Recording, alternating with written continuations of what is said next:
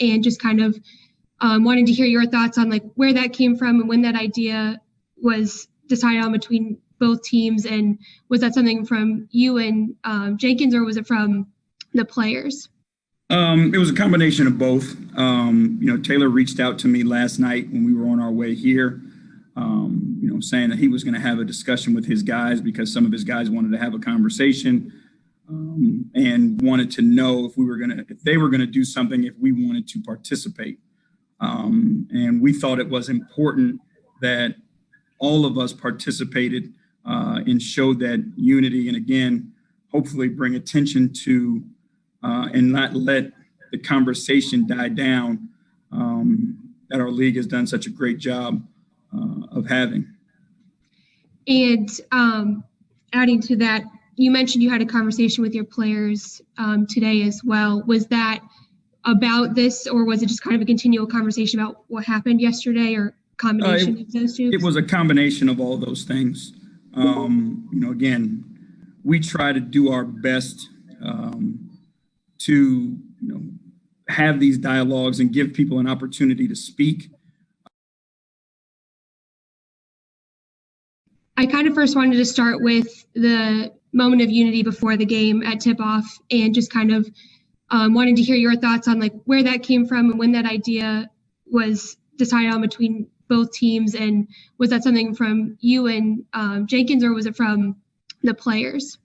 It was a combination of both. Taylor reached out to me last night when we were on our way here, saying that he was going to have a discussion with his guys because some of his guys wanted to have a conversation and wanted to know if they were going to do something, if we wanted to participate.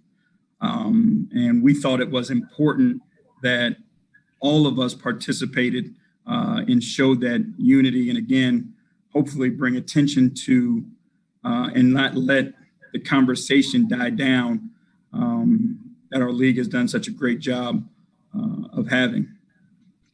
And adding to that, you mentioned you had a conversation with your players today as well. Was that about this, or was it just kind of a continual conversation about what happened yesterday, or combination of those two? It was a combination of all those things. Again, we try to do our best to have these dialogues and give people an opportunity to speak, give people an opportunity to ask questions if needed, and try to give them a safe space just to have conversations that they may need to have.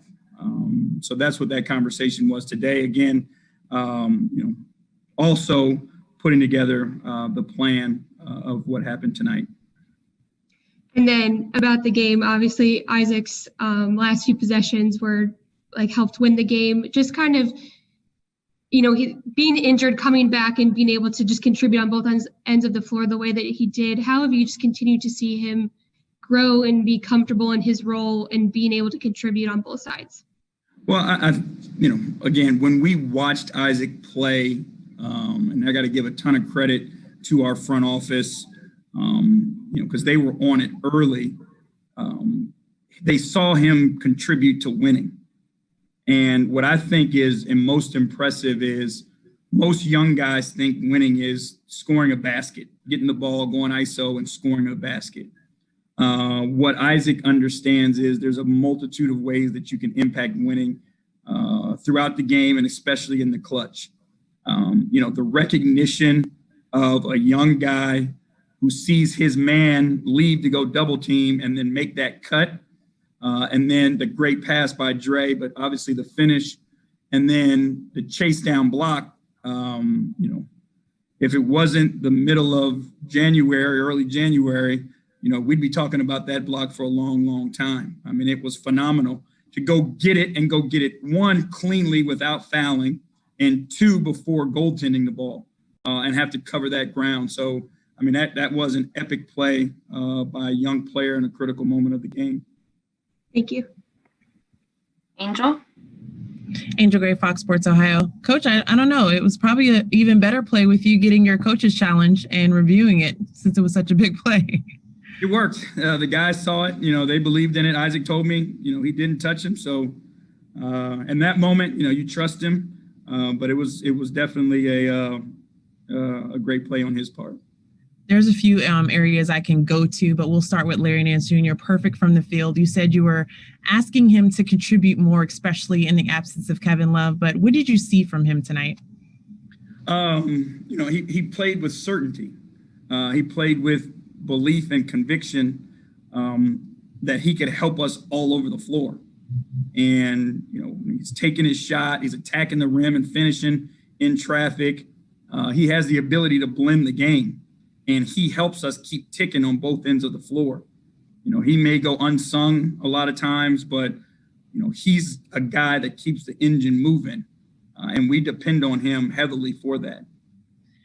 You came into this game and you said you had a lot of questions, especially about your offense on how to improve. Did you find any of those answers tonight, and how? Yeah, again, without a true point guard on the floor, we had to figure out a lot of different things. And, I think we put a bunch of different guys in different positions. Sometimes it worked, sometimes it didn't. But, again, I give our guys a ton of credit for what they did on the defensive end of the floor. Offensively, with so many guys out, it's hard to, find that rhythm that you're looking for, especially without your guys that you're used to setting up other people. But give, Damian a ton of credit, give Jetty a ton of credit, Isaac, for having to handle the ball, having organizing responsibilities, getting guys in the right places. And then obviously Dre had a stretch there where he was unstoppable, and Larry was consistent throughout.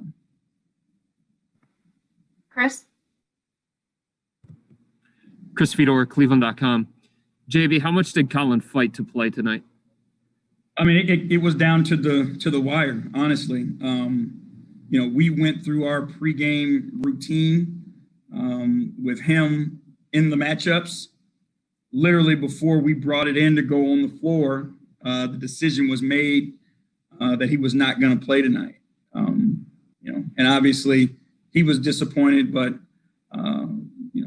we think it was the right thing for him, so that one, it doesn't aggravate it more, but sometimes we got to protect our guys from themselves a little bit. And I saw you had a little moment with Isaac as you guys were walking to the tunnel, to the locker room. What did you say to him, if anything at all? No, he said to me, "That's how you play D." And it was one-on-one on the perimeter. It was that chase down block, obviously, but he did a hell of a job all over the floor defensively tonight. Back to Kelsey. JB, I kind of wanted to go back to Dotson for a second. Just kind of, being put in the position at point guard last minute because of the late scratch with Colin. Just, I guess, what did you see from him? What did you tell him going into the game, just to kind of help him be able to contribute and lead the offense at point guard just from the get-go? We just tried to keep it as simple as we possibly could. We tried to give him as much help as we could, give him as many screens as we could, to help him shake defenders off of him. But, he's an NBA player, and he's good with the ball in his hand. It's just different, having to bring it up and organize a lot when you're used to coming to get it off some sort of an action. But, I can't say enough about the job that he did and the challenges that he took. Remember, he sprained his ankle last night too, so he wasn't 100%. But he gutted it out. You think about playing 35 minutes on a bum ankle on a back-to-back. That's what we're looking for. Those type of dudes are what we're looking for, and I couldn't be prouder of him. And for Drummond as well, the second half seemed to just kind of have a different feel and vibe for him. What did you see as the biggest difference from just his first half play versus the second half? He was the aggressor. He was the aggressor in that second half. He was taking the ball with force to the rim and into the paint. And when he does that, he's damn near unstoppable. So I think that's what the difference was, he wasn't on his heels. He was head down, toes forward, and putting pressure on their defense and putting pressure on that paint and rim. Spencer. Spencer Davies, basketballnews.com. JB, the jumbo lineup that you went to, I believe it was in the third quarter. Are you going to continue to go to that if it looks like it's working? I don't know what else to say about, I think you had Jetty playing point guard at that one, but you had Dre, Larry, and JaVale in there. And then my second question is who's the 4 and the 5 between those two? I mean, honestly, with all of our smalls being hurt, sometimes we're just trying to make 5 out there, and it happens to be, big guys. And again, our big guys are skilled. They can pass, they can handle, they can space the floor. And I think we got a 5 and a 5.5. I don't think we have a 4 technically with that group. And how nice was it to see Dean knock down a couple of them? Because I know he'd been struggling beforehand. Yeah, no, it was great. He played with confidence. He works his tail off. So to see him go in a game, hopefully that triggers something for him and he's able to knock him down moving forward. Angel? I would be remiss if I didn't bring up Jetty Osmond. You mentioned before just him being more of a facilitator and playmaker. Again, he walks away tonight with 7 assists. I mean, he had a complete stat line with 5 rebounds and 16 points. But in those 7 assists, how did that help you guys? It makes everybody's job easier. That's one of the things that we preach is, finding the open man, being a selfless player, helping your teammates have more success. And, when he gets those assists like that, that's what it does. It creates opportunities. But on top of that, it says that we're making shots, which is something that we've been struggling with.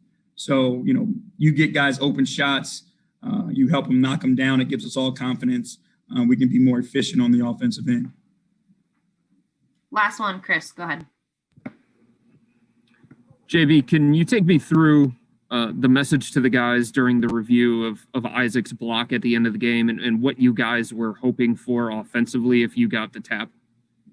We were looking for, the message to the guys was, if we got the tap, we wanted to use the clock and try to eat as much time off the clock as we could. We got a little discombobulated and didn't necessarily get into what we were trying to get into. But at that point in time, players got to make plays. And Dre made the play to Isaac, and Isaac had to finish there to kind of put us up by 3, I believe, at that time. And did you have any doubt that was a clean block? No, he said he blocked it clean. Again, it's hard to trust rookies, but I put my trust in him, and he was right. And he lied to you the other night on the tip out of bounds too. So yeah, that's why I say it's hard to